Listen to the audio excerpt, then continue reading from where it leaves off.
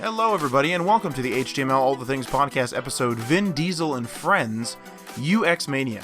I'm your host, Matt Lawrence, and I'm not actually joined again by my co-host, Mike Coran. I'm joined this time by special guest, Sean from RabbitWorks JavaScript. He is a longtime listener, Patreon patron, as well as a Discord moderator for us. So, there's a mouthful there, but he's joined us this week to discuss what I'm calling UX Mania. Now, if you're new to the show, you're probably wondering why our episode is called Vin Diesel and Friends. And for that, you have to go back. The past few episodes have been sort of a little joke that Mike and I have set up as he's been absent. So I'm not going to get into that again. But UX Mania, so what that is, just a really brief synopsis before we jump over to the call.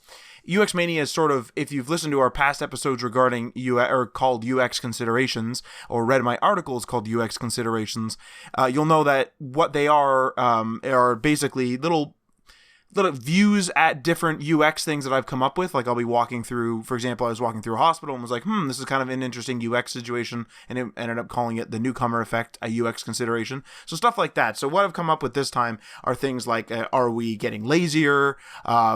What's utilitarian UX, and what do wearables have to do with it, and should wearables have it, etc. And then the reason why it's UX Mania is because the web news this week is also UX based. But anyway, if you've been enjoying the podcast so far and you want to support us, there's a couple ways that you can do that. You can review us on Apple Podcasts or on the podcast platform that you're listening to this on. You can also check us out on Patreon. We have a couple of tiers right now, but that $3 tier will give you a shout out in the podcast, and we will share a link to your website in our show notes. And probably the most important one is just to tell your friends or anyone else that you know that's interested in web development that we are here and ready to be listened to. And if you or your friends want to go a step further, you can always join our Discord server. Discord server is very active now. We have a few moderators in there as well. Well over 200 members, lots of people chatting away, getting help with stuff, talking about video games, talking about movies, chatting about different stacks and what apps they want to use, what frameworks, etc., etc. All kinds of great web development chat. Come and check that out. And without further ado, I'm going to cut to I almost said interview. It's not really an interview, just a kind of a standard episode, but this time with special guest Sean from RabbitWorks JavaScript. So let's take it away. Alrighty, Sean. So weekly pain point, take it away. So my weekly pain point is getting my foot in the door in a career as a self-taught developer, because everything that I know I've taught myself or learned from YouTube videos and online resources and whatnot. I don't have any real formal training as a developer. So everything that I have is self-merited. So that puts me at a slight disadvantage as far as what I look like on paper to a hiring manager that might not understand that I run a live coding YouTube channel and I'm well versed in a plethora of skills, web-based skills and graphic design skills on top of that. But all they see is that I don't have a 4-year college degree in computer science and I get shuffled to the recycle bin. So that's my weekly pain point, is just trying to break into the industry professionally. Would you say with that, because you're mentioning that you have a YouTube channel and that, would you say that hiring managers would value that information, or do they not even, are you including that in your resume? And if you do you think that they would actually take value in that? Or do you think it's something that you need to kind of present in the interview? Like you need to verbally tell them hey, I run this, this live stream, I do these tutorials, I teach people, etc.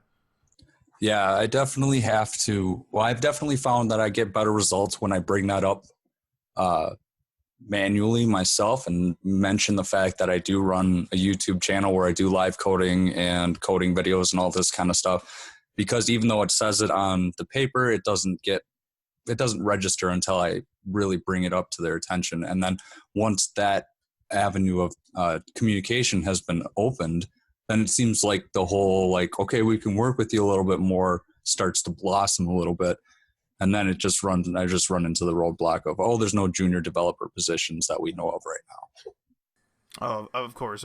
It's like the classic fight between you need experience to get a job, but every job needs experience. So you're just sort of in this weird limbo. The only way it seems almost to get a job almost guaranteed is kind of as a co-op these days, because they're literally expecting you to not have any or very little experience. But yeah, and I've heard things like from recruiters saying that at the beginning of the year is definitely a lot easier for junior development positions to open up because the budget's reset and all that stuff. And I definitely like, if I can just get these hiring managers or get in communication with a hiring development kind of like manager or a senior engineer kind of person and just explain to them, I have been doing, I mean, I have over a year of content now doing live streams on a weekly basis, at least for over an hour each of them. So there's tons of material out there saying that I have more than qualified. It's just that when it's just I hit that roadblock of like the hiring manager doesn't know what they're reading because they're HR, not tech, and they just see that I don't have the experience that the job requirements are asking for. So it is a very back and forth, kind of like stuck between a rock and a hard place, trying to get your foot in the door.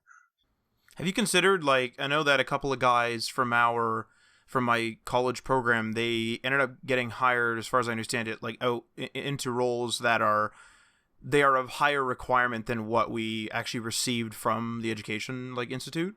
And so they got those jobs because, or at least one of them did, because he ran like just a traditional website where he had like a blog where he like wrote up what he was doing, and then he had videos here and there about what he was doing, that type of thing. Have you considered maybe, because I understand that live streaming and even YouTube videos, I guess, are a bit newer. Well, live streaming newer than uploading video straight up. Have you considered maybe, or would you consider possibly doing like a traditional website that'd be almost like a portfolio? Do you think that would help at all? Yeah, definitely. That is on my list of projects that I need to get done. I have a prototype of like a RabbitWorks JavaScript kind of profile, or kind of like a portfolio website, and I kind of want to just incorporate the community into it a little bit. I just haven't really had the time to start that project, and I want to do it right. And I guess I have been kind of putting it off because I don't feel like I have the time I can focus on doing that. But I definitely feel like that would really help. I have done a little bit of blogging. When I first started learning Vue.js, I built an interface with the Google Blogger application. Oh yeah, yep. Essentially, so I could write posts from my phone, and it was really cool and worked really well. And I just found myself not being able to write blog posts on a consistent basis because I was doing video content and whatnot. So I think I kind of favored that in the way of like interfacing with people as versus like being a passive blog in my experience in the last year or so.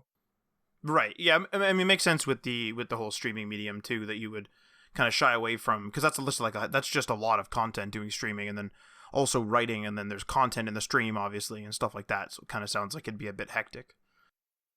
Be a lot. I mean, at first it's fine, but then you realize what all it takes to keep this going on a consistent basis, and it just is like, okay, I got to dial it back in some areas to focus on things in other areas that I want to push forward. Right, makes sense.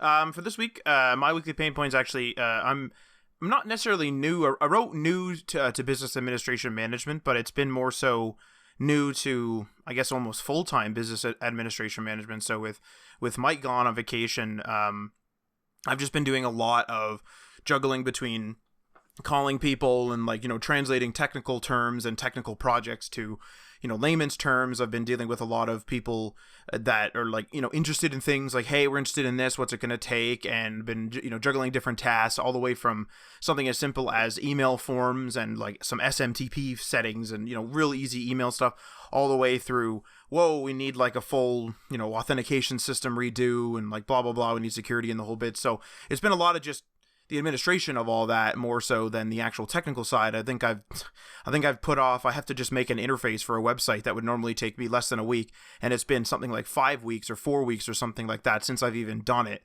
since I've even looked at it. So it's just a matter of being overwhelmed with stuff like that. But I'm actually getting a lot of good experience in this regard, so it's a bit refreshing. I think what we'll do is we'll move on to the actual episode itself now. This is a UX episode, hence the title UX Mania. So we're gonna go. I'm just gonna quickly browse through the segments like we always do, and then what I'll do is I will read through this. I made some pretty extensive show notes because I've been kind of thinking about these UX terms UX terms or UX situations that I like to call them. I've been kind of thinking about these for the past couple of weeks, and I've been jotting them down on my phone as I think them through. So I'm just gonna read. I have quite lengthy show notes, like I said. I'm going to read through them, and then, like, Sean, feel free to interrupt me whenever, or we can just have a discussion at the end of my big rants. But the first one here is, are we getting lazier? So that's going to be about, home automation, smartphones, and smart homes more specifically. The next one is going to be wearables and utilitarian UX.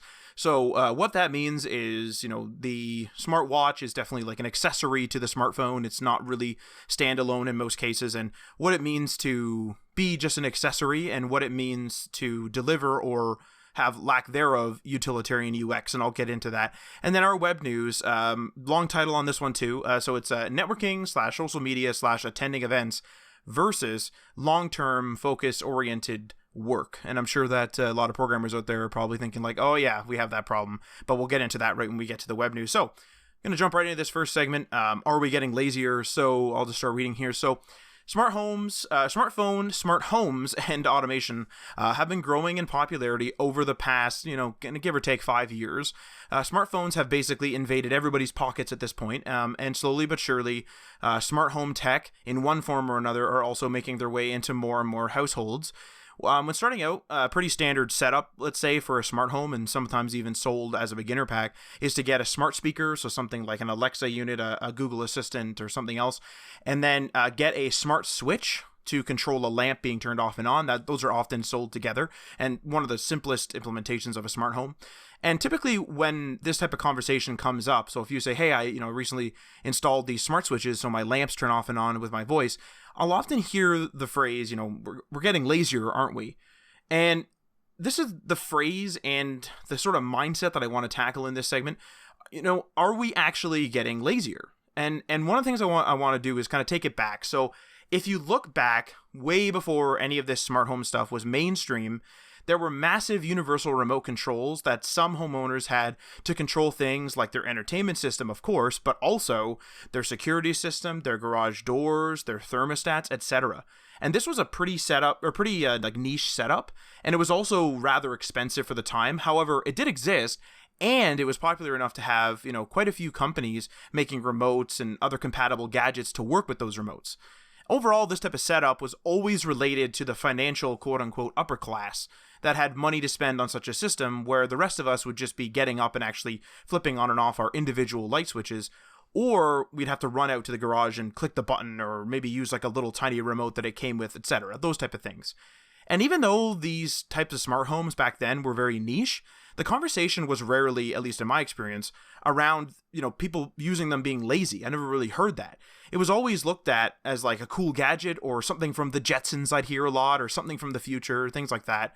And once smart homes became more accessible, like they are becoming today in terms of setup and price, the laziness conversation just seemed to come in full swing. Like, here's a question that I've heard several times, like, why can't you just get up and flip the light switch? Now, this laziness conversation... Oh, go ahead, Sean. What I was thinking about this whole laziness concept between why can't you just, especially with this last question that you just brought up, why can't you just get up and flip the light switch? It's not a matter of that I'm too lazy to. It's that I might be doing something at the moment that I don't want to be interrupted in, to go up, walk across the room, flip a switch, come walk across the room, sit back down. If we look back at the very first inklings of this stuff, really is like your remote car start. Why was that even invented? It's because people don't want to have to go out in the dead of winter to start their car and come back in. And that's like it's just a convenience factor, I think. It's the way you implement it, in my opinion. 100%. It's the way it's implemented, and and we'll actually get into that too. It has a lot to do with something being obviously UX oriented. So something like nobody likes to go out and, start their cold car. So like that really, some people might still think it's a luxury feature, and it is, but it isn't something that people would say, don't be lazy and go out there. It's just sort of like, oh yeah, like, of course, like, I don't want to go out in my cold car either. However, with something like a smart home where you're just flipping on a switch, it's like no one really, it's so normal for you to just kind of get up and flip a switch that no one ever has like a bad experience with that, whereas everybody, or mostly everybody, has a bad experience with going out in the dead of winter in the morning to start a cold car. So it's kind of one of those things as well. And one of the, I guess we'll kind of move on to the next point here with that, is that, so the laziness conversation seems to hit a lot of industries that evolve over time. So a small but easy example would be in the gaming business, where physical media, meaning discs with games on them, were and still are being slowly pushed out by digital games. This would always have somebody asking, are you seriously too lazy to get up and put in a disc? And it's not about laziness, it's about convenience. And so this is kind of how I want to answer this question, is, so are we getting lazier? And here's my opinion, or my answer to the question, and it's a bit of a lengthy one here. So humans want to maximize their day, okay? It's generally better to get things done faster and more efficiently than to prolong tasks for no good reason. And this is especially true with tasks that don't really give us a purpose or have a desired output. For example, building a table with your own two hands can take you a long time, but you'll get a nice table at the end of it that you built yourself, so you can take pride in it, and you learn how to build a table, so you learn some skills there. But how many times have you gone to shut down a computer? How many times have you turned off the lights? How many times have you had to check if the door was locked? What does actually partaking in those tasks give you? Sure, it might give you some security or peace of mind or some energy savings. However, it gives you no skills, no major output at the end of the day, and by having all those things done at the click of a button or automatically by your smart home, you're not missing out on anything. The point here is that by performing these menial tasks, they might be required, but the actions you take to do them offer you no value. You're not enjoying your trip over to the light switch. You're only interested in the output, that the light turned off. And meanwhile, building your own table gives you skills, so you want to partake in it. It gives you skills, it gives you pride in your work. You'll probably value your furniture more because now you built that. And then maybe if you start building more items, you might value your home more. It feels more like a home. It feels more cozy. I built this, that type of thing. And by kicking menial tasks out of our lives, we're saving time and we're gaining the benefits of those tasks still being done. Things like security, so locking the door, being green, that's turning off the lights, keeping our mind free of little personal reminders like things that we've all thought of, like, did I forget to lock the door? Are the lights downstairs off? Etc. Even if it's just a few seconds, a few minutes, whatever, saved each day, it's still time that we now have for more important things like family time, for sleeping, whatever it is you want to partake in, something that you actually want to participate in. Have you ever heard of anyone actually being excited to turn off a light? No. But there's people that love woodworking and they want to go build that table. There's people that love cars and they want to go restore them. There are people that love coding and they want to code. That's it. And here's a question that brings it into an older industry. Are farmers lazy for not working their fields by hand anymore? Are commuters lazy for not grabbing a horse and riding to their workplace? Of course not. So just because it's new, like smart homes are, or at least new in the accessible field, so everybody, for the most part, can access them, you're not lazy for having them. We're just becoming more intuitive, and we're valuing our time more. Like, it's exactly why the remote control for the TV was created, because it's a matter of convenience. It's not the fact that I can't go over there and flip the dial on my TV. It's just that I don't want to have to do that if I have a way to do it manually from where I'm at. And I think the way the world is changing sorry, gotta clear my throat. I think the world is changing, and convenience and automation, making the mundane tasks that we waste time on doing to try and amplify, time aspects of our lives that we actually want to focus on, is kind of the way of the world going forward. It's just like if we had a smartphone app that we could just set a timer every night to lock the door automatically and unlock the door, 5 minutes before we're supposed to leave for work in the morning, then that's something you don't even have to worry about anymore. And it would lock after you left or something like that, automatically. That would be awesome. That's convenience. That's something that you don't have to worry about anymore. It's just like you can check to see if you left the oven on at home. Just little things like that help to improve our quality of life by reducing the tiny little packets of space that get taken up in our mind with all these things that we have to keep track of that don't have, like you said, any value to them whatsoever other than the fact that they need to be done. 100%, 100%. And that comes down to the conversation you and I were having, I think it was last week, Sean, where we had that conversation about, I started using my calendar like crazy about a month ago, and I can't believe, and this might sound like corny or cheesy, but I can't believe how much more free my mind is. Before I would, I was going to hang out with this person, I was going to do this for work, I was going to do this on that, and I'd have to remember all the days, what those things were, who was going to be there, what time they were at, and I would have to try to remember all that. Then you're dealing with double bookings and everything. Just by using the calendar, like I hated using it for the first, I'd say, week or so. I hated using it. It was like, man, I'm adding, admin time to myself. I'm sitting here filling out the form of what event, what time, what this, what that. But it's so freeing to, like, after the first week, after you get used to, punching in the events, you just realize that you don't need to remember what time things are at and what you're doing. And those, what you did at what time is useless once you've done them. Like, it doesn't matter that I went to dinner on Monday to me now. So I might as well have a computer, or in this case, have a calendar, or you could write it down on paper. You might as well have an agenda, tell you what to do when, and you can check that at any time. You don't have to remember any of it. And then you could burn that page after that day's gone, and it doesn't matter. So why are you filling up your brain with this useless crap? Let technology do it. Who cares? It's going to be more reliable than you anyway. Exactly. Yeah, set it and forget it. That way you can focus on more important tasks like figuring out that bug on line 32 of index.js. Yeah, stuff like that, of course. Would you say, Sean, that with your own personal, I don't know, UX, would you say that, or UX opinion, I guess, would you say that, what's your answer to the question? Like, do you think that we're getting lazier?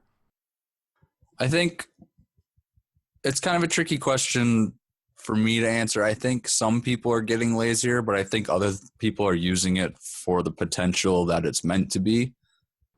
And right. I think that just comes into terms with the way that humanity is going right now, but we don't have to get into that. But I just think, I think there's a mixed balance between it. I think there's people that use it to its full potential and use it to be more productive. And then there's other people that just use it because they might be too lazy to go and lock the door, but it's not a cut and dry black and white kind of thing. I guess just like every piece of technology, people are going to use it in every way possible they can think of. Yeah, like honestly, it's one of those things where I think a really common piece of smart home tech, actually, to bring another example into it, is actually the Ring doorbell. And I never hear anyone say, or at least again in my experience, I've never heard anyone say, "Well, you're just too lazy to go check who's at the door," because they realize that everyone's had the problem of maybe you're used to salesmen coming to your door, and maybe that's most of the people that come to your door. And so you're not expecting any guests. The doorbell rings, and you're like, well, is it the courier, or is it some dude trying to sell me something? And if it's some dude trying to sell me something, I don't want to deal with it. And that's a waste of time to go to the door, listen to the first couple of seconds because you don't want to be rude, and then be like, no, sorry, I'm not interested, and then close the door and deal with it. Because as you know, as a programmer, breaking that concentration is very difficult. It's difficult to get back to the concentration, but it's even more difficult to get back to the concentration if you get up from the desk, go to the door, have a brief conversation, come back. It's going to be harder than to just look and be like, nah, I don't care, I'm not answering the door, and just keep coding away or just keep working away. It's one of those, and I never hear anyone complain about that. And so I think eventually the negative stigma, and it's not like super negative or anything, it's not like there's protests about this, about door or light switches, like automatic light switches, but it is a conversation of laziness, and I really think that that's misplaced. Meanwhile, these same people that think it's lazy to have automatic lights are using Ring doorbells. Like, it's a bit ridiculous. Yeah, I agree. And especially with the people coming to your door to try and like sell you something, the main drawback from actually going to check physically is that you look out the window or look kind of like peek and see who it is. They'll see you and then they know you're there, so they won't go away. There's that too. You have Yeah. to confront them at that point, and it's just like I could definitely see something like the Ring doorbell would be super helpful, because even with like I think Wes Boss from the Syntax podcast was talking about how he has one of those Ring doorbells because he works up in the second story or third story of his house in the attic or whatever, and as his studio, and he gets packages at his back door, down on the first floor, so he doesn't want to have to go all the way down 3 flights of stairs if something that isn't needing his attention is down there knocking at the door. It's literally a way to, like, people have been talking about sanitizing their smartphones recently and getting rid of unwanted notifications, and some people are even discussing, and we'll actually touch on this later, some people are even talking about going back to flip phones because it's just talk and text. It's not all these notifications left, right, and center. The Ring doorbell is basically just a way to, kill that notification. And realistically speaking, though, we have internal, like, brain generated notifications for things like, did I forget to lock the door? Now it's just a matter of flipping, like, turning your phone on, and either it's on an automated schedule so you don't need to worry about it, or if turning your phone on, go to the app, oh, it is on, turn it off, or whatever.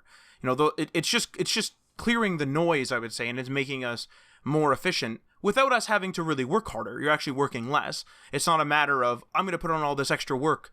You're not, because I remember years ago in the 90s, one of the I don't know if it was a fad, but it was a fad in our family, was that you could, God, this is old. You could get a timer, so you could it would be like a plug. So you plug this big device into your plug, and you have 2 pins, and in the center there's like this circular wheel that looks like a clock, and you'd put the first pin in, saying this is when I want it to turn on, and I want it to be on for 6 hours and then turn off. And we would, for Christmas lights, and so or lamps, and you would have to do that like per light or per whatever you wanted plugged in. But it was like a big device, and like you're mechanically like removing a pin and putting a pin somewhere else. Like it was, and you can't check it after. Like, you could check the little thing, but it's not like if I'm out of the room, I can't tell if the lights are actually off. So it's like, this is just an and no one said you were lazy doing that. So this is just an evolution of the times. I think smartphones in particular probably have some sort of weird connotation of like negativity. One of my friends actually recently said, and this is interesting to me, is that he said that people on like a train, if you're entering like a public place, so let's say a train, if someone's on the train with a newspaper, you don't think anything of it. But he said he'll get dirty looks from like the previous generation when he's on his phone, and he's like, you don't know what I'm doing. He's like, I could be doing my finances. I could be being the most productive person ever. I could be coding. He's like, I could be reading the news like that other guy. He's like, what? I could be talking to like, my kid. He's like, what am I doing here? He's like, no one else is. Like, why does having something convenient have this like such a negative effect? And it's this weird UX situation that we have as humans. I don't really get it. Years ago, they were complaining about magazines. In the 70s, they were complaining about magazines. They thought magazines were going to ruin the family because people were reading magazines and not like using, not talking to each other in the room. It's like, dude, you're reading a magazine. Like, everyone calm down. Civilization isn't going to collapse tomorrow. Right. I mean, that's your answer right there. I think that's just the signs of like everything changing and progressing forward. There's always going to be the ones that are more averse or more adversive to the change or the changes being made and stuff just in the world. And then there's going to be the ones that fully embrace it. And it's interesting that you say that, because when I had a flip phone, and this was back years ago now, and I was like, okay, I can't wait to get a smartphone because I could be so much more productive. I'll have everything in my hand. I can manage all my social media, blah, blah, blah, blah, blah. So I was trying to do music at this time pretty big, and I focused on that a lot. And as soon as I got a smartphone, it didn't like magically flip a switch and make things easier. Like, it was, if anything, it was more confusing because like it wasn't exactly easy to like cycle between all these apps constantly and try and keep track of stuff and have to make those entries in every possible app I had, versus just like keeping it in my head and sitting down at the computer and doing it with multiple tabs and stuff like that. You're 100% right. It's everything has like its, in terms of a UX, it has its pro and its con. And I think that smartphones only invaded the pocket so much just because they're like, and this is actually a perfect segue into the next segment, so I'll kind of use it like that. They're sort of like the perfect portable solution between, say, like a flip phone. So you have like the usefulness of a flip phone's communication, but you have computing power that's approaching a laptop, but you don't have the cumbersome laptop with you. You don't have to like crack it open and like use it. It's just right there at all times. And that actually, like I said, leads perfectly into the next segment, which is wearables and utilitarian UX.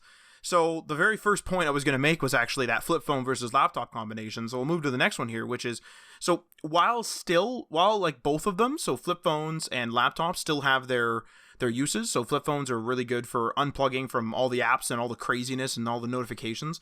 And laptops are, used for very serious, computing tasks or big workloads or, spreadsheets or whatever, bigger workhorse type things. The smartphone is a critical device that is in almost everyone's arsenal of electronics. It's sort of that middleman, and it's really approaching the speeds of some laptops. So the next logical step then, once the smartphone was sort of solidified in everyone's everyday carry, was for companies to enhance or extend the smartphone's capability.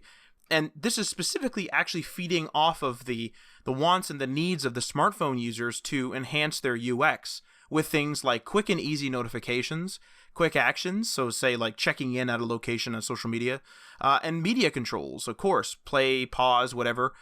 Battery savings, so not waking up the phone for easy tasks, just using your watch, and then your phone screen stays off, which is like the biggest battery drain in most cases, and other small tasks as well. Now, because smartwatches are an accessory, their sales will inevitably be lower than the smartphone because they're not vital. Therefore, they really do live and die by their usefulness and their accessibility. Things like price are huge factors, but possibly not as big as things like how useful are they. So a smartwatch's UX in the health field, for example, is a huge benefit because they read biometric data like heart rate, steps, exercise type, so are you running, are you walking, exercise duration, how long was your run, things like sleep tracking, and more. And all these are right from your wrist.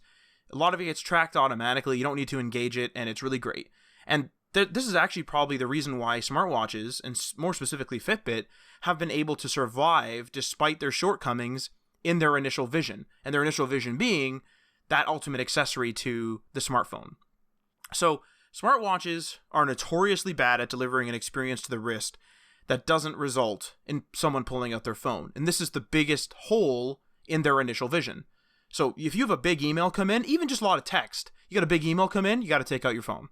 You're not in an environment where you can talk to the watch. Well, you're either typing on a very small screen, awkwardly, or you just got to pull out your phone. And then there's mixed capabilities too. So, often those mixed capabilities force you to take out your phone in some instances. So, for example, not all smartwatches can conduct phone calls from your wrist, and so you have to pull out your phone for that. And all of this is depending on hardware. Some of them don't have heartbeat monitors. Some of them have, no payment, like, so no NFC. Some of them don't have that, so then you have to pull out your phone for that. Like, it's these little things that add up to a lot when it comes to smartphone usefulness. Now, overall, my point is, and this is mostly due to Wear OS, because that's where my experience lies. I've never used an Apple Watch on the long term, so if I'm wrong in any of these points, please let me know. But the smartwatch lives and dies by its UX, and if it's not providing a worthwhile experience as an accessory, then it provides just straight up very little in value. So just like the last segment suggested, smartwatches should enhance those tasks that you do instantly with your eyes closed if you could. Make them faster than doing them on your smartphone. So for example, typing out a quick message, like, I don't want to think or remember about when my next response is going to be. It's just I'm communicating with somebody. I just need to fire out a quick message. Things like sending a location to someone that's looking for you, like, hey, where are you at? Are you almost here? You should be able to shoot them your location really quick. Calling for a ride, let's say on Uber or something like that, which you can do on Wear OS. Stuff like that. If it adds any sort of hindrance, like if it adds any sort of hindrance like freezing or has an awkward interface, so like some of those apps or some of those functionalities you can do, but the interface is awkward, its value just goes straight out the window, and you're just gonna get annoyed and just take out your phone because it's not a huge problem. And so right now, Wear OS is quite glitchy, and this is my experience. It's quite glitchy. The UI isn't the easiest to use sometimes. The speed and performance is weak. Now there are new CPUs coming out, or maybe they're already out, but they're coming. But right now, I have the Gen 4 Fossil smartwatch, the big one, and its speed and performance is weak sometimes. Sometimes it's super snappy. Other times you're like, oh, I'm stuck between notifications, and it's glitching and freaking out, and it won't open the task. Sometimes everything comes in on one line, so it's like all the text is on one line, and it's like it's going crazy. Or the Google Assistant will just activate for no reason, and it keeps activating and activating and activating, and it won't stop. So you have to just like force restart the watch. Like, this is not good. Also, the battery is weak, so sometimes I can't even get through a single day, and that prevents me from even trying to use sleep tracking. And maybe even if it was, let's say the battery was rated for 24 hours, you could say, well, you can sleep track, but now the charging on some watches takes so long, including mine. This prevents me from, doing my sleep tracking and then quickly charging the watch while I'm in the shower in the morning, getting ready for work or whatever. It prevents me from doing that. So I'm going to ask you some questions here, Sean, and then we'll kind of like open it up. It's basically almost like a web news segment, if you will. So I'll kind of just list off these questions here. So what would you look for in a smartwatch? What UX features would you enhance or add? And finally, do you think that smartwatches need to change form factor to reach their original goal of being the ultimate accessory for a smartphone? Do you think maybe a bigger display, or do you think that we need to stay away from the traditional watch look? Like, what do you think for those questions? This is an interesting topic because I haven't really delved into wearable OS or utilitarian UX kind of devices other than my smartphone.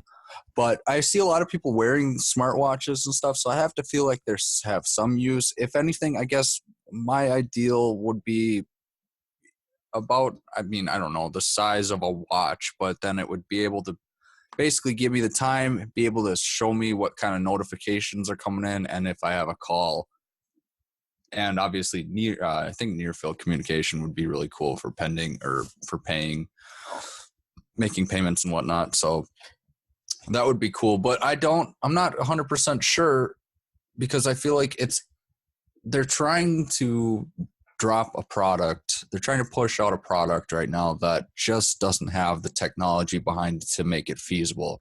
I mean, you listed off a number of reasons and issues that you were experiencing just on yourself. Have you ever used any of the Apple OS stuff? How does that work with do you know how that works? I do know, and this is just from mostly reviews. I've only ever seen, or I think I've used Wear OS, or I think it's called Watch OS. That's the one on the Apple Watch is what I'm referring to.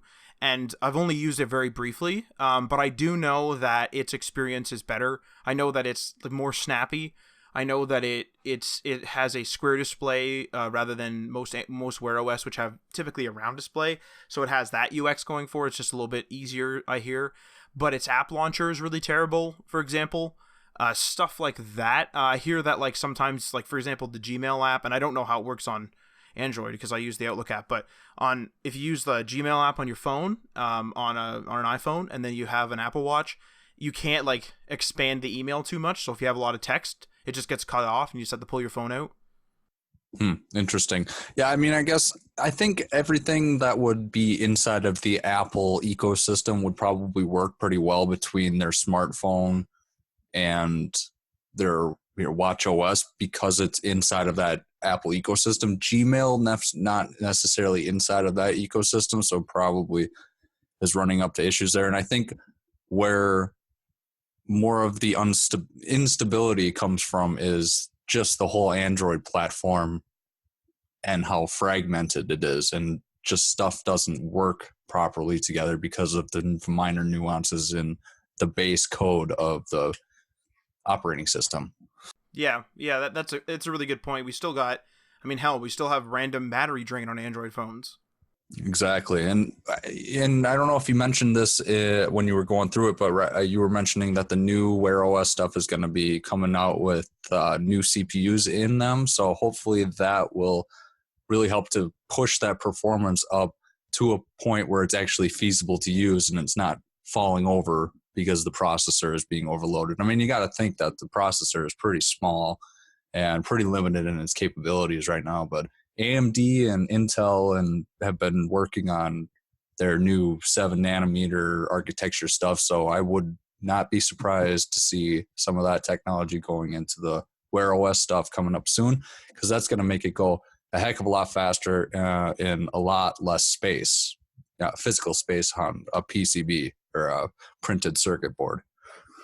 That's a really good point, because it's one thing for it to be glitching out. So like if you're not like that versed in computers, some people or some of the listeners out there wouldn't realize that, like, if you have a CPU, for example, that's being run at 100% a lot, you won't just get like bad performance. Like, that is one of the things. Obviously 100% you'll get bad performance, but it'll actually start freaking out. It'll start glitching out and do weird things, like what I was saying, loading stuff all on one line, not clearing notifications properly, not loading anything but the Google Assistant. Like, that is indicative of either glitchy software, but it's very possible that it's the CPU just running at 100% constantly, tasks being queued up like crazy, and then it just starts to glitch out. Like, you're just essentially beating the hell out of something. It's trying to take like an old sedan mudding. Like, good luck.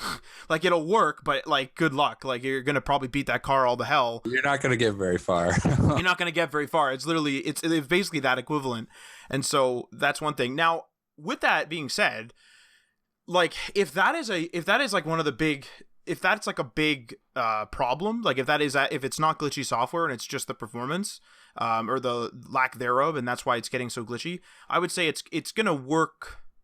It's going to help quite a bit, because some things that do work. So, for example, I commended, I think it was Wear OS 2.0 for its use of replying. So if someone sends me a message, let's just say I get a text message, I can click on the notification, I can click reply, and then I have a couple options. One of them's voice, one of them is a keyboard. There's also like some quick responses in there as well. And there's another one in there too. Let me just actually check. Yeah, so I got some quick responses at the bottom. I can click reply, and then sometimes this varies per app, but I can do voice response, I can do an emoji, or I can do a full keyboard on this little tiny screen, actually. And I commend them for that, but I don't commend them for, I tap on this notification, I click on reply, and now I got to click on the microphone, which is already a couple of actions, but then the microphone takes forever to activate. Or sometimes it takes forever for like the screen that pulls up the 3 options to come up. Or like clicking, and what people don't realize from a UX perspective is, putting your hand into your pocket, pulling out your cell phone, unlocking it is longer than that delay, but you get, how do I explain this? It's a better UX to be doing something than to not be doing something. It's the same reason why people will avoid a highway, because let's say a highway is going to be 30 minutes, but it's traffic. So you're just sitting in traffic and slowly moving forward, but the whole trip's going to be 30 minutes. A lot of people are going to take the 45-minute country route because you're moving the whole time. You're doing something. You're not sitting there bored waiting for your watch to respond to you, and you're just sitting there like watching it like screw up in front of you or be slow in front of you. You're grabbing your phone, clicking using the fingerprint sensor or whatever it is. You're actually going through the motions, and it feels faster. It just feels faster. It feels better. It's a better UX to be doing something. Exactly. I do think I can relate a lot with that, just going between my computer and my phone. Like, there's a lot of tasks that I'm just like, I could very well accomplish using my phone to do so, but I'm going to have a heck of a time trying to do it just because of the switching between all the tabs and all that stuff, when I could just go home and get a task that would take me 15 minutes to do on my phone done in 2 minutes on the computer. And I think a lot of that can be transferred verbatim between wearable OS and a smartphone, because it's like, at what point does it take more effort to get the task done versus pulling out a different device and doing the same task essentially in a different way? Yeah, fair enough. Like, it's one of those things where it is a bit of a balancing act, right? If answering a message was 45 steps on your smartphone, That would be way different than, like maybe the 5 steps or whatever it is to pull it out, unlock it, etc., and answer an email or answer that message. So like certainly like somebody wouldn't take a 4-hour country route, but like that 45 minutes versus 30 minutes of sitting in traffic, people are going to go, they're going to be slightly more inconvenienced for a better UX. It's the same way. What's that? Oh, I was just going to say they have a better view for the drive. They have a better view. They're not sitting there bored. They're probably like just chatting away. You're not sitting in like a traffic jam, for example. I know we're getting out of the wheelhouse of wearable UX, but a traffic jam, for example, is a stressful place. Like you can almost feel the stress in the air. It's like people are commuting, people are trying to get home, whatever. People are pissed off, just to be blunt, and they're just sitting in traffic, and they don't want to be there. You don't want to be there. You should be moving. You're not moving. And it's just awkward. It's the same reason why some apps will do better on the App Store or on the Play Store or whatever if they have less features, but those features are flushed out than the apps that do everything. But, it's glitchy. It has trouble syncing. It has trouble doing this. It has trouble doing that. Or has like excessive ads. People will have less features and have a good experience with them rather than have a bunch of more features and have very little experience. Or have a bunch more features, but like a bad experience with each of them. People are after the better UX, and it's definitely a balancing act in that way. I think that with Wear OS, and this is going to be controversial, I think. So a lot of people will say that, I'll just kind of do a slight backstory. So a lot of people will say that the wearables was just another revenue stream for these companies, and of course it is, as everything is, because they sell them. They're not like they're giving them away, but they're saying that it's another revenue stream because phones are starting to last longer than 2 years. People are upgrading on a 2-year cycle, 3-year cycle. Now it's more like maybe 3-year, 4-year, something like that, because people are just, like, phones have kind of plateaued. It's kind of like how computers plateaued. Like every year it used to be like, holy crap, the next year's computer is going to be amazing. Now it's just sort of like, I have like a 7-year-old computer beside me and I can still play games on here, and this thing's like old, and like that was never a thing years ago. It was like, no, games require the latest thing, like, get used to it. I would say that with wearables, if they need to enhance them so that I want to, not necessarily I want to upgrade it every 2 years. And I would say right now that's not even on the table. I'm not even looking at a new smartwatch, and mine's not even quite a year old yet, I understand, but with a smartphone, I upgraded my smartphone because I wanted better cameras, and I wanted a bigger screen, and I wanted the stylus because I went from an S8 Plus to a Note 10 Plus. Like, I want the big screen, I want a lot of power, I want the size of the storage on board, and I want the pen. What am I going to get with a new smartwatch? Well, maybe you can entice me because you might put the new CPU in there. But if you don't put the new CPU in there, I literally just don't care. Like, I'm not trying to sound entitled, but there's nothing that you're adding to the UX that's enough for me to say, hey, I want that. Hey, that's cool, I want that. I think that we need wearables to have that, or else they might die off on the Android side. Yeah, I agree. I definitely think that the wearable OS is more so a luxury than a necessity because of the fact that it, like we kind of mentioned before, it kind of adds to the experience of a smartphone because you have a miniature version of it on your wrist that can kind of keep you up to date without actually having to look at your phone. But I also think that it is not really something it's not very practical in a sense that it's required to get things done on a daily basis. That's exactly it. Is unless you're taking your, like, if you're a runner and you need to know your heart rate, you ain't going to be taking I guess my S8 Plus had a heart rate sensor, my Note 10 Plus doesn't, but my watch does, and it just makes more sense on a watch. It's like if you're a runner and you want your heart rate and you want your steps and your distance and you want Google Fit to track where you were and how far the run was and like how long it was and like all this meta, then a wearable is absolutely needed. But like, I'm not a fitness guy. I don't care. It's interesting. Like, I've gone on some long walks and been like, Jesus, like, how long was that? It's interesting, so I get it. I get why the runner every day would be like, man, can I take it, let's push it a little further. I went 4K. Let's go to the park. Like, that's a little further down the road. I'll go to the park and run back. That type of thing. That's where it becomes vital, I think. That's why probably Google purchased Fitbit. That's why Fitbit is still around. And that's why it was interesting to Google. But I agree with you, is that it doesn't add anything. It's like slightly more vital to me than like a case on my phone, if that makes sense. It's like, realistically speaking, if I forgot my watch, actually, the prime example, I went to Cuba, forgot my watch charger, experience was not hindered. I turned my watch off, put it in the safe, didn't care. If I forgot my phone charger, we're in trouble. I gotta find a phone charger. Like, I'm a shutterbug. I have to take pictures. And you know what I mean? It's not vital enough, but it should be in some way. It has to be in order to maintain its life. You know what I mean? Exactly. It's got to have its own merit to make it worthwhile to be on my radar, at least. If it did something that I wasn't able to do on my phone, and it was like something that was incredibly important to me, then I would consider getting one. But that just hasn't been the case. And I have everything. I have my phone in my hand constantly all the time anyway. So it's not like I need an additional screen on my phone on my wrist on top of that. Now, would you say, now I want to move on from this topic, as I know we're hitting the same points a few times here, but I do want to mention form factor. So right now, watches, even the Apple Watch, more or less are watches, if you will, smartwatch. I know the Apple Watch is, more square than it is round, and round's a traditional, watch thing, watch shape. That's fine. But in terms of form factor, do you think that in a different form factor, that a wearable, so something similar to a watch, smartwatch, could take over the phone? Or do you think that there's some sort of form factor change at the very least that would make you buy one?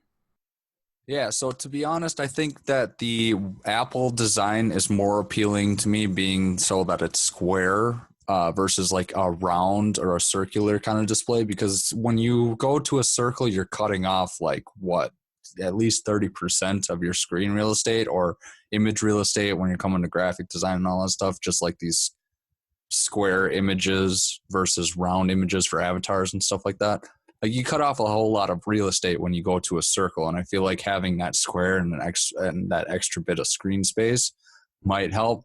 But I haven't used any of them personally to be able to see if they account for that on like a round display to make the UX or the UI rather work more so in a round display versus like an iPhone or an Apple square kind of display for their or watch OS. So I think that would be more beneficial to have square, or even like maybe like a rectangle or something like that, to be honest. Just something that I could get a little bit more horizontal screen real estate so you can see full paragraphs of text and make it realistic. What would you say to something then like a foldable display? Possibly, but then again, then you got to think about how far up off of your wrist is it coming, and then that's very true. Yeah, that's have this big stack on top of your wrist. Well, before Watch OS was even, I don't know if before, but I know that a lot of people were geeked out on the that fad thing that was like essentially a Fitbit, but it displayed like a phone display on your wrist, like a video. Oh, like the little projector thing. Yeah, exactly. And I know that was like future tech back before Wear OS really blew up, and obviously that could never work with the state of technology that we have these days. But I think people were kind of expecting a full-on mobile phone experience in a small device like a watch, and they haven't gotten that, and they can't produce that. The developers and manufacturers can't produce that. So I think it's kind of like I said before, a rock and a hard place. We'll have to see what the next iteration of it brings. 100%. And I think I'll use that to move on to the web news here, just so we don't beat wearables to death. So this is something that I think a lot of entrepreneurs, especially today, will kind of encounter. So the title of this web news is networking / social media / attending events versus long-term focus-oriented work. So I'll read through this and I'll ask some questions and we can kind of go through it here. So online businesses suffer from the need to be known, otherwise known as exposure, right? And the need for a good deliverable or a good product.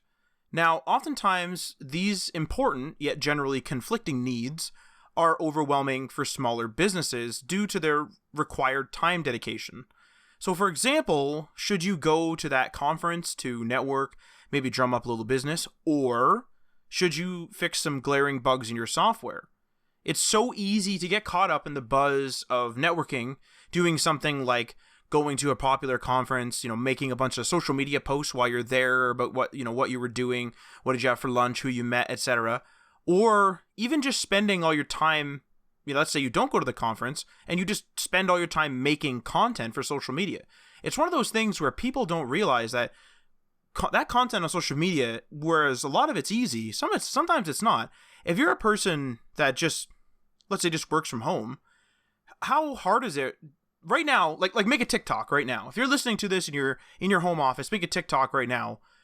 It's not easy. You're just like you at least in my case, you look around, you're like, this isn't a very attractive setting. Like I didn't set this up for presentation, and I don't really have any ideas on how to what I should do. Should I write a script? Oh, I guess I better watch some TikToks. And now you have a content plan going. Like you're thinking about what you want to post. You have to look up people that are similar to you. It's like a big undertaking. Like you're making content for these things.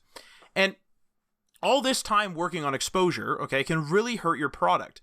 Even if your product isn't buggy, like I mentioned above, there's always going to be some sort of lack of polish here because you didn't put the time in. It takes a lot of time and care to ensure that things like the UI and the UX is great, that the functionality is super sound, so it never crashes, never lags, whatever, and that you're updating on par with your competitors. So maybe you have an app and you're adding new features in time with your competitors, so at the very least, you're not falling behind.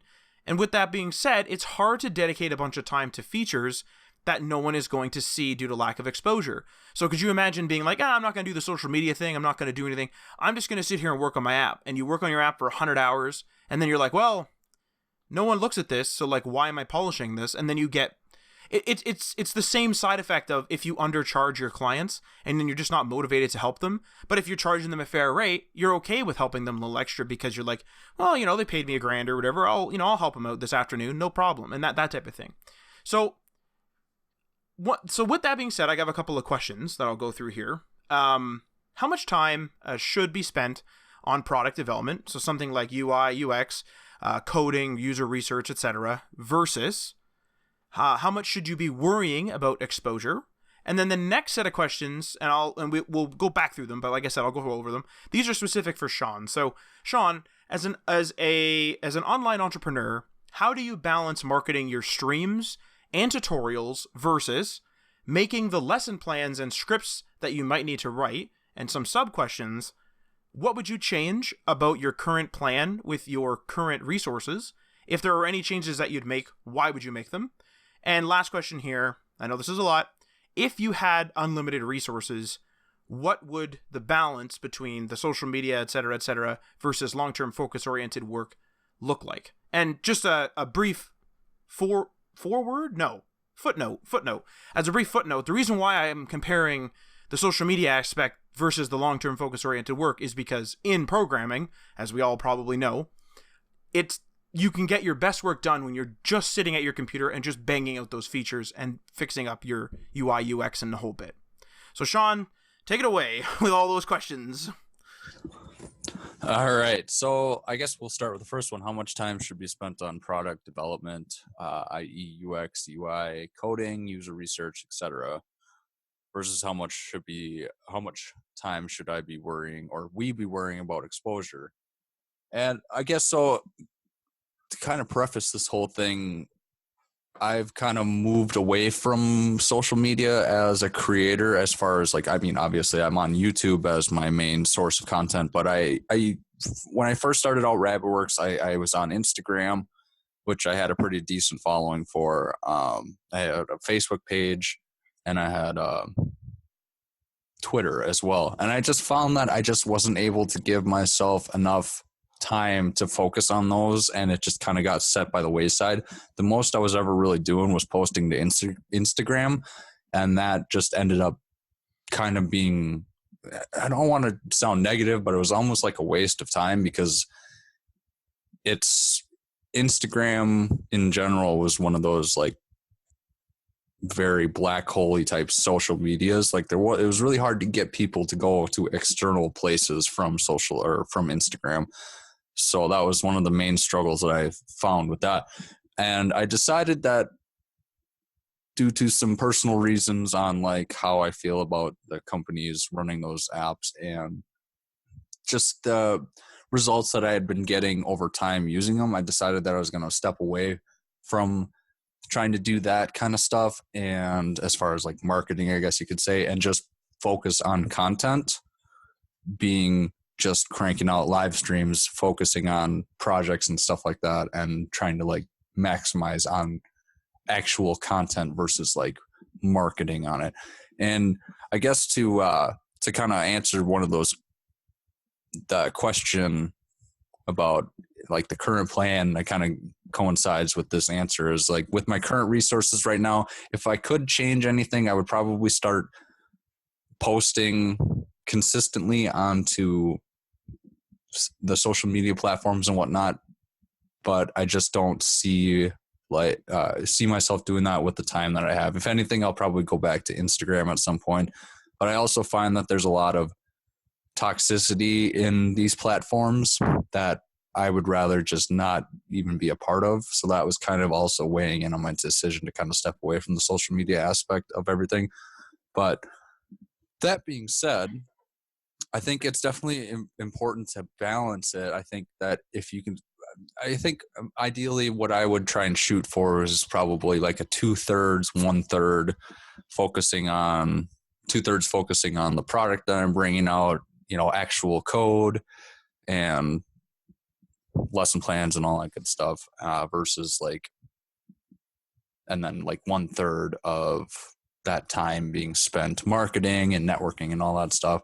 So I guess an example is that there's a number of meetups that go on, because one thing you were talking about before was like conferences and whatnot. I haven't been to any conferences myself, but I have been to a number of meetups in the Twin Cities area that I've checked out. There's, if there's a meetup for GraphQL, Node.js, Ruby on Rails, JavaScript, VueMN, which that's the one I mainly go to, React. There's a ton of meetups going on in all types of cities, and you can spend 7 days a month going to those meetups. You can spend 14 days a month going to them once every other day if you want. But really, at what point, like if you're just spending all of your time networking and you're not spending that time honing your craft, you're kind of putting yourself in a position, or I would be putting myself in a position where I would have to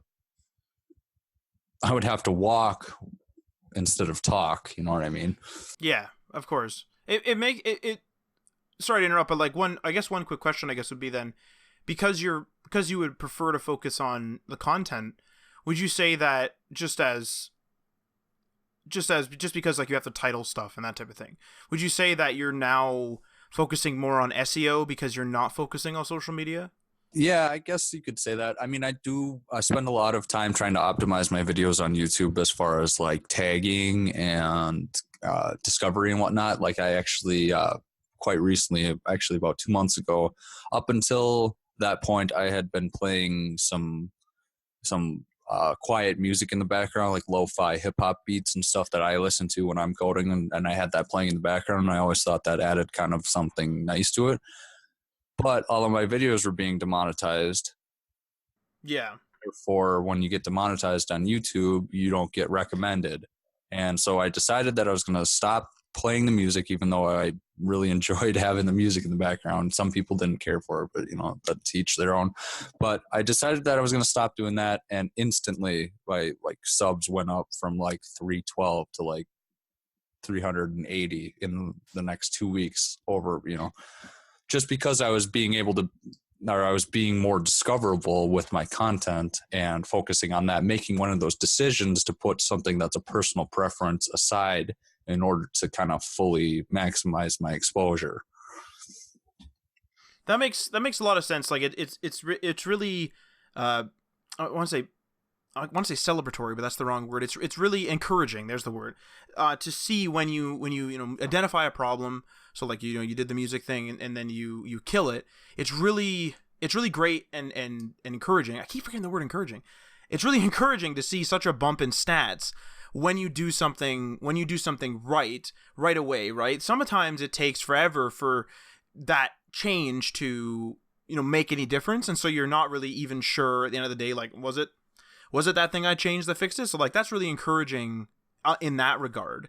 And I'd say that like taking the music out was probably like it's one of those things that sucks. And when you're making your own content, you want to make it yours, but you have to make it for the for the platform in this case, so you get recommended, but also for the listener out there. And so like the UX fix for that is you could be listening to music while live streaming, not pumping that through the live stream, and the people could be listening to music as well, right? Like it's the same thing. You could be pumping your playlist to an on-screen widget in Twitch or whatever, and then they could be listening along with you as long as they have a Spotify subscription. It's not a big deal, that type of thing. Now, what you were saying that you're more a fan of a lot of the companies that run the social media stuff with unlimited resources. Would you return to all of them? So would you return to the Twitter, to Instagram? I sound like an old person. The Twitter. Would you return to Twitter? Would you return to Facebook? Would you return to Instagram? Where would you return to? That's a good question. I guess if I had unlimited resources, and if this was like including financial resources, I would probably delegate that to somebody else, just because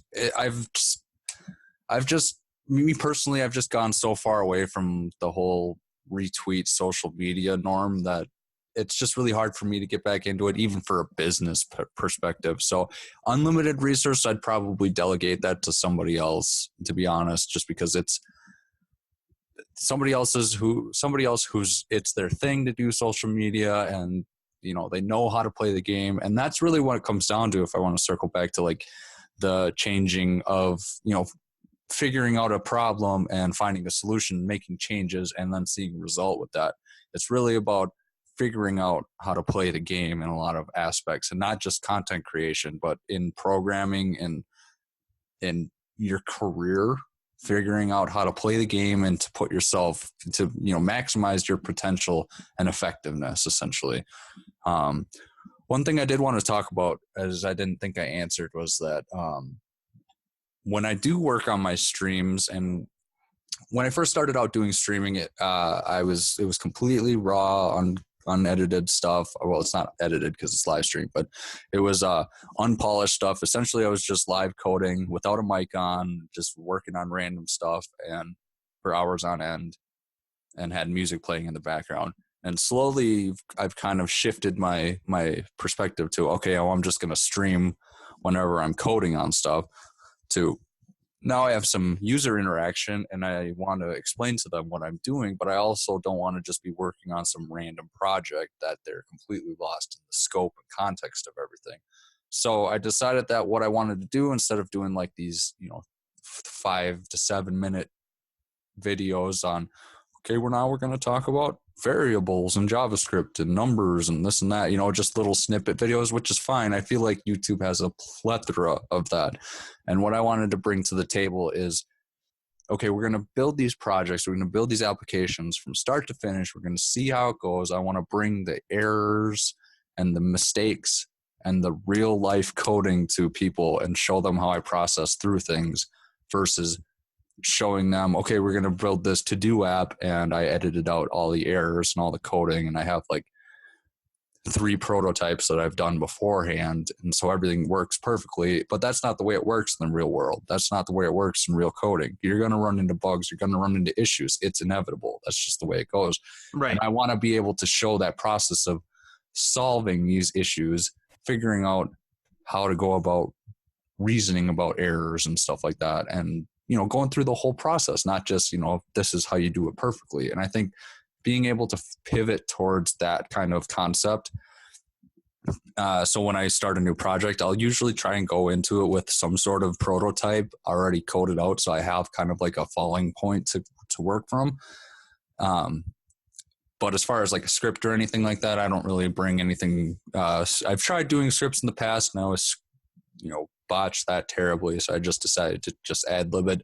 And I found that I've kind of gotten into a place that really works for me, being able to bring these like project-based streams to people from start to finish. I feel like that's a valuable concept that isn't I mean, my one video or one series I did, like, it was like 22 hours of, a 22-hour project. That's like a course on Udemy, and it's start to finish.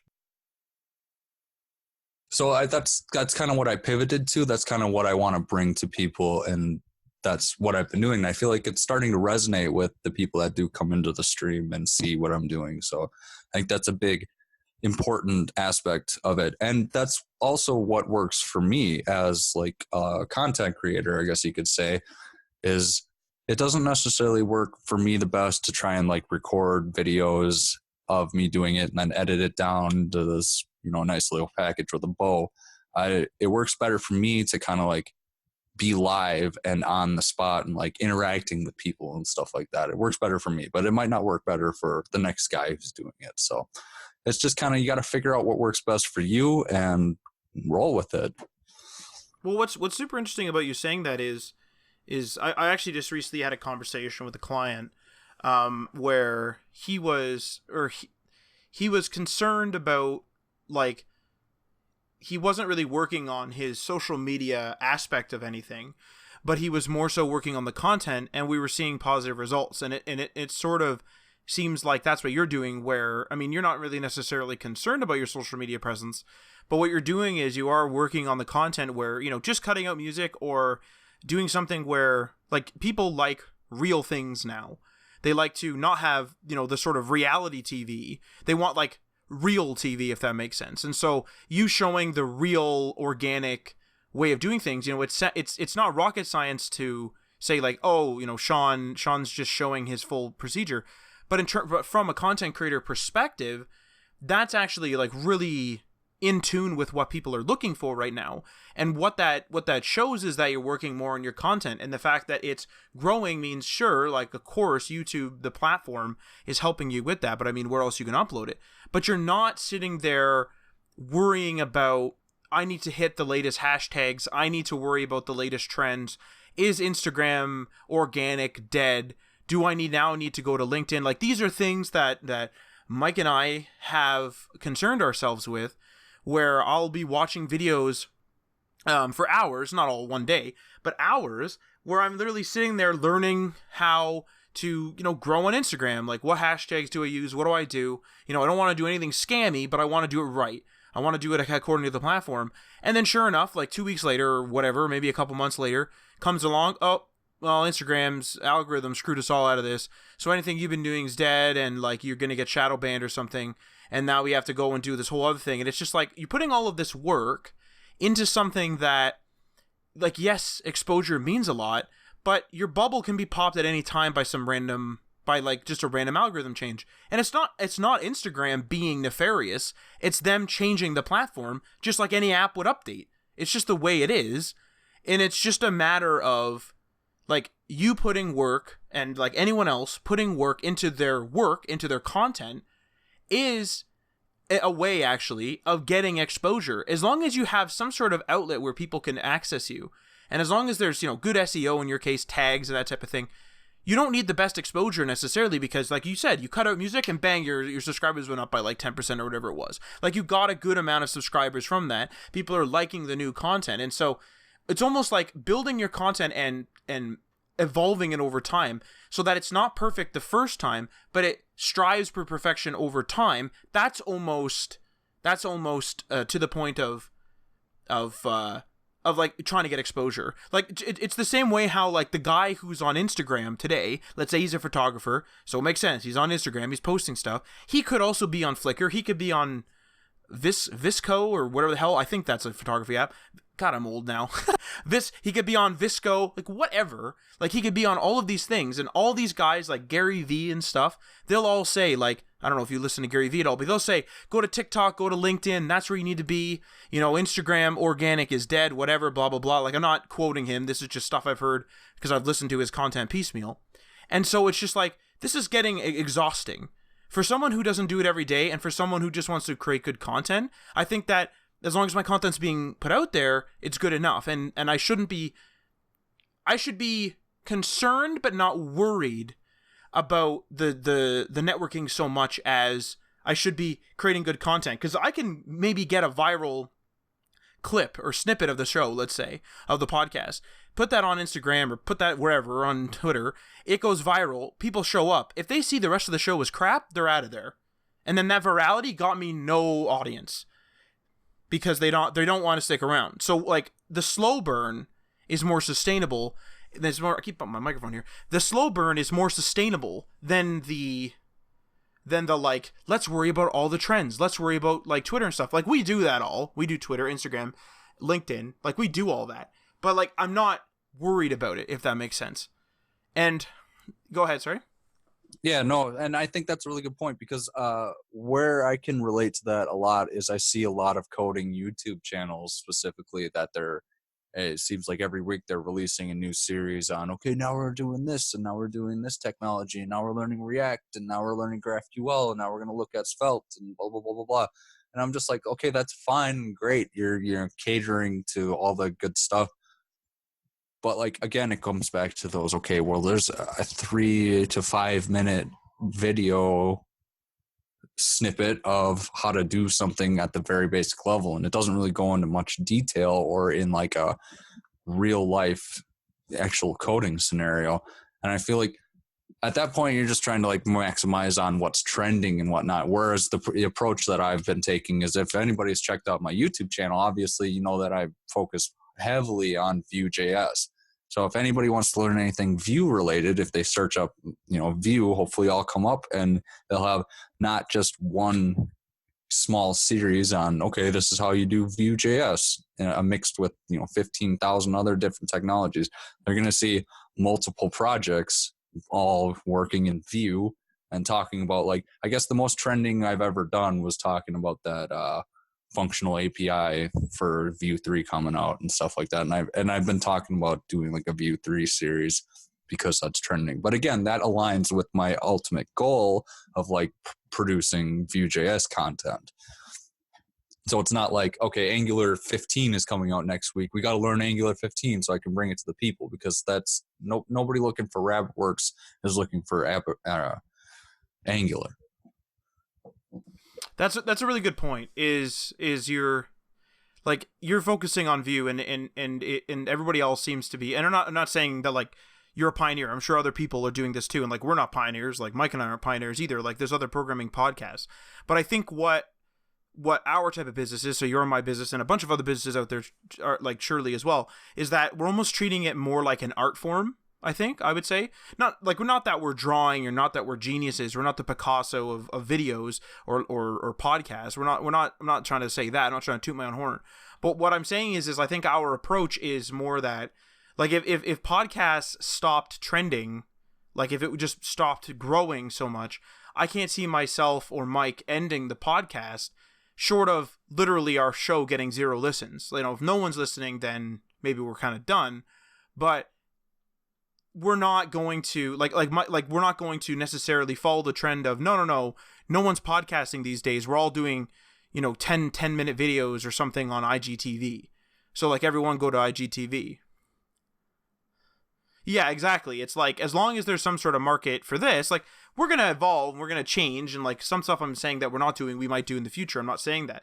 But what I'm saying is that I don't want to be one of those businesses that necessarily, at least at this point, again, people change, but at this point, I can't see myself, like, let's say, because we're working on I'm working on the HTML All the Things website, and like we have like a really big content plan for it, and we have a really big plan, and we've talked about it on a previous episode, and like we might post like some trendy articles on there, of course, because it's going to be a news source as well. It's going to be something that people can easily come and tune in to, be like, oh look, this is this Angular or whatever, like this new Angular, or look, React did this change this week, like whatever it is. Like sure, that's going to be the trendy stuff, but just because we're posting it on the site doesn't necessarily mean we're going to like change our content, our core, which is our podcast. It doesn't mean that it's going to be the talk of the town in the Discord. If everyone that week, let's say a new Angular version releases, but everyone that week for whatever reason is having trouble with WordPress is the topic of that Discord this week. It's not going to be like us trying to get exposure. Like, no guys, stop talking about WordPress. Look at Angular.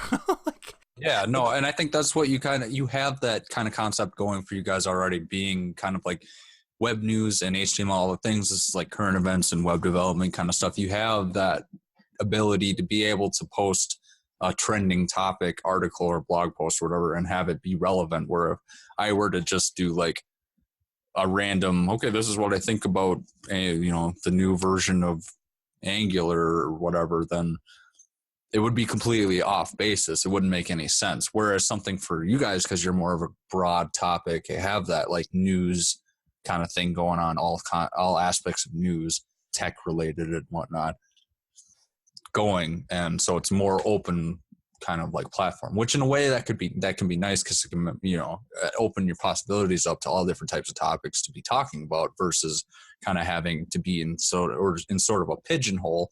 But if you don't look at it like and treat it like being in a pigeonhole, you're not really in a pigeonhole. You're just focusing on something that you want to focus on.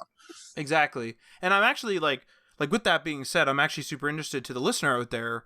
If you're a content creator or thinking about becoming a content creator, I'd be super interested in knowing what your kind of balance looks like. Like, are you really focused on, are you one of those people, and there's nothing wrong with it, where you look at the trends and make content based on the trends so that you get clicks because those topics are popular online in general?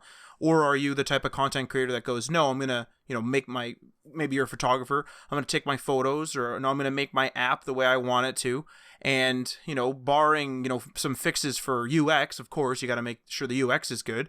But like barring, making some changes for the users in that way, it's still your app. It's still your thing. You're not worrying about like, damn, I got to change my YouTube channel to like a flower picking channel because that's trending. You're not worried about that type of stuff. You're just worried about, so like, what are you worried about is what I'm trying to get at. I think, hit us up on any of our social medias, because I'd be super interested in knowing what are you up to? Like, how do you balance it? Do you go after the trends?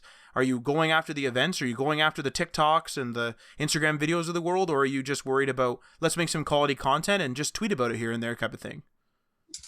Definitely. And I do want to actually give a shout out to the nerdy dev in the community, or in the HTML All the Things server. He goes under the name Pratik in the server, but he has a YouTube channel that he runs, the nerdy dev, and he does these shorter based videos, but they're on topics that aren't very well covered, that I haven't really seen before. So for instances, one of his series is demystifying and understanding promises, understanding middleware functions in Express, remote work, introduction and beginnings and benefits. So like, really good kind of like stuff that's not covered over and over and over again by everybody and their mother on YouTube. So I think stuff like that also really can be very beneficial, even if they are shorter videos and whatnot. If you're covering topics that are of interest to people that have the questions that you can't necessarily find on Stack Overflow, like how are you going to figure out, you can find a blog post on how to become a remote developer, but having that interaction and seeing in videos and having somebody that you can communicate with a little bit better, I think it just makes it more personable with the content creator and the viewer on top of everything. So yeah, I think that's a good closing note, unless you had anything else. I think that's a good shout out too. Like I believe it was like earlier on when he joined, I believe I like checked out some of his videos, and I think I had seen a couple actually before he had joined the Discord as well. So yeah, go check him out for sure. I'll leave a link to his channel in the show notes as well. And yeah, unless you have anything else to add, Sean, I think that'll be a good conclusion for this episode. I don't have anything else. I think it's been a pretty good episode. I just wanted to, I guess, do a shameless self-plug. Oh yeah, go ahead. Of course. Yeah, go ahead. So if you guys want to check out my YouTube channel, you can find me at youtube.com/rabbitworks JavaScript, and works is spelled WERKS. Otherwise, it does populate now if you spell works normally. So Rabbitworks comes up and my channel comes up first. So that's cool. And so as far as SEO and good stuff like that. But yeah, definitely I try and do the live streams Thursday evenings, and then possibly on the weekend, depending on scheduling. But definitely check that out if you're interested in learning Vue.js and full stack applications using Vue and Node essentially. So Other than that, I don't really have anything else. Thanks for having me on the podcast, Matt. I really appreciate the plugs and everything like that. No problem. Thank you for filling in for Mike this week for our last Triple X episode as well. Vin Diesel and friends. So that's a big honor, I hope. I hope it's a big honor. I don't know. Be Xander Cage. I want to do the double barrel backflip Superman barrel. I'm glad that you watched it enough to know like a reference, because I didn't want to be the only one, but Backing up when you were explaining that, and Mike was like, I've never seen these, and they're so good. Go watch them. Yeah, Mike, you're probably listening to this. Go watch them, man. Come on, buddy. Catch up, and then we can do another Triple X. Hopefully there's a fourth one. We can do another Triple X episode in the future, but thanks again, Matt, for having me on. I really appreciate it, man. Yeah, no problem. Well, thank you for listening, and make sure you don't miss an episode by subscribing on the platform of your choice. You can follow us on the socials via @HTML All the Things. That's on Facebook and Instagram. You can also follow us on Twitter. That's via @HTML Everything. We are on Medium, and we're on GitHub. And remember, we're also on Patreon. That's patreon.com/HTML All the Things. Check out the tiers and give that a go. And many thanks to our $3 tier patrons. That's Sean from RabbitWorks JavaScript. Find him at youtube.com/RabbitWorksJavaScript. Garrick from Local Path Computing and Web Design. Find him at localpathcomputing.com. Craig, aka Cosworth. Ryan Gatchell from Blue Black Digital. Find him at blueblackdigital.com. Chris from Selfmade Web Designer. You can find him at selfmadewebdesigner.com. And Tim from The Web Hacker. You can find him at thewebhacker.com. Feel free to leave a comment or a review on the platform that you are listening to this on. And we are signing off.